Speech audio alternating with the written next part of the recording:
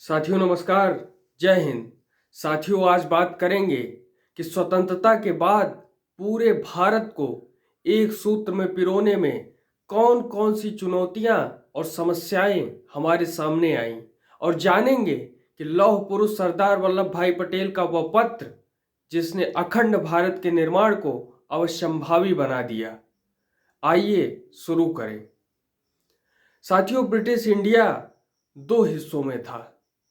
एक हिस्से में ब्रिटिश प्रभुत्व वाले भारतीय प्रांत थे तो दूसरे हिस्से में देसी रजवाड़े थे। ब्रिटिश प्रभुत्व वाले भारतीय प्रांतों पर अंग्रेजी सरकार का यानी ब्रिटिश हुकूमत का सीधा नियंत्रण था, तो दूसरी तरफ छोटे बड़े आकार के कुछ और राज्य थे जिन्हें रजवाड़ा कहा जाता था। रजवाड़ों पर राजाओं का शासन था। राजाओं ने ब्रिटिश राज की अधीनता या कहें कि सर्वोच्च सत्ता स्वीकार कर रखी थी। उन्होंने तय किया था कि आप कई अधीनता को हम स्वीकार करते हैं और इस अधीनता के अंतर्गत हम अपने घरेलू मामलों का शासन चलाते रहेंगे अनवरत रूप से जैसे चलाते आए हैं। ये हुई बात। अब समस्याएं क्या थी इस पर चर्चा करेंगे, इस पर गौर करेंगे। आजादी के तुरंत बाद अंग्रेजी शासन ने घोषणा की थी कि भारत पर ब्रिटिश प्रभुत्व के साथ ही रजवाड़े भी ब्रिटिश अधीनता से आजाद हो जाएंगे। इसका मतलब यह था कि सभी रजवाड़े, उस समय रजवाड़ों की संख्या 565 थी, ब्रिटिश राज की समाप्ति के साथ ही कानूनी तौर पर वे आजाद हो जाएंगे। अंग्रेजी सरकार का यानी ब्रिटिश हुकूमत का यह नजरिया था कि रजवाड़े अपनी मर्जी से चाहें तो भारत में मिलें या फिर पाकिस्तान में मिल जाएं या फिर अपना स्वतंत्र अस्तित्व बनाए रखें। और सबसे बड़ी बात कि ये फैसला प्रजा को नहीं करना था, रजवाड़ों की प्रजा इसमें शामिल नहीं होती। ये निर्णय राजाओं को ही अधिकार दिया गया था, यानी रजवाड़े के राजाओं को ही यह अधिकार प्राप्त था। यह अपने में बड़ी गंभीर समस्या थी और इससे अखंड भारत के अस्तित्व का खतरा मंडराने लगा। समस्याओं ने जल्दी ही अपने अपने अलग अलग तेवर, अलग अलग रूप दिखाने शुरू किए। सबसे पहले त्रावणकोर के राजा ने घोषणा कर दी हम अपने राज्य को आजाद रखेंगे। दूसरे दिन, उसके अगले दिन हैदराबाद के निजाम ने भी घोषणा कर दी कि हम अपने राज्य को आजाद रखेंगे। कुछ शासक तो ऐसे थे, मसलन भोपाल के नवाब जो है संविधान सभा में सम्मिलित ही नहीं होना चाहते थे। उस समय की स्थिति को देख करके ये लग रहा था, ये आशंका हो रही थी कि हिंदुस्तान कई छोटे छोटे देशों की शक्ल में बट न जाए। लोकतंत्र को स्थापित करना सबसे अहम चुनौती थी। जिस विचार को लेकर के हमारे मनीषियों ने मंथन किया था कि लोकतंत्र स्थापित हर हाल में होना चाहिए, उसे स्थापित करना इस समय बहुत कठिन चुनौती मालूम पड़ रही थी।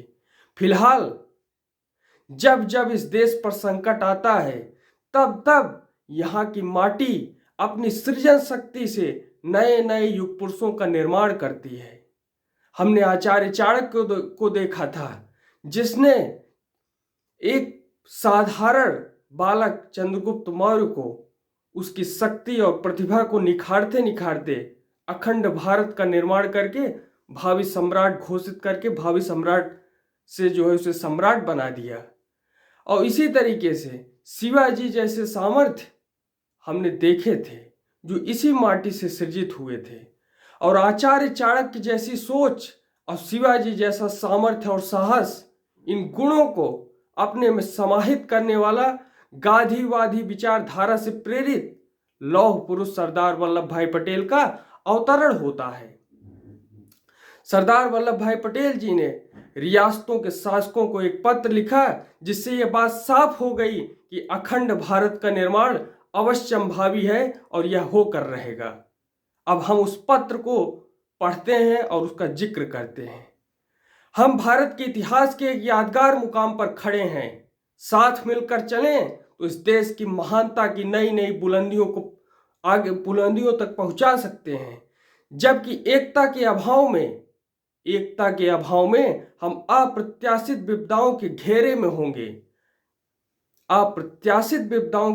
में होंगे। मैं उम्मीद करता हूं कि भारत की रियासतें इस बात को पूरी तरह समझेंगी कि अगर हमने सहयोग नहीं किया और सर्वसामान्य की भलाई में, सभी की भलाई में साथ मिलकर कदम नहीं बढ़ाया, तो अराजकता और अव्यवस्था हम में से सबको, चाहे कोई छोटा हो या बड़ा हो, घेर लेगी और हमें बर्बादी की तरफ ले जाएगी।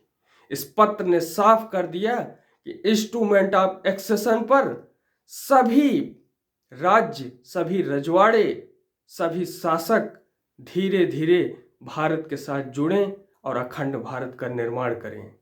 और इस तरीके से 565 रियासतों को जोड़ा गया और अखंड भारत का निर्माण हुआ। हम आपको वो भी कहानी बताएंगे, कश्मीर की कहानी, हैदराबाद की कहानी, और जिन राज्यों ने कुछ समय बाद भारत से मिलना चाहा या मिलने में देरी की, उनके इतिहास के बारे में भी बताएंगे।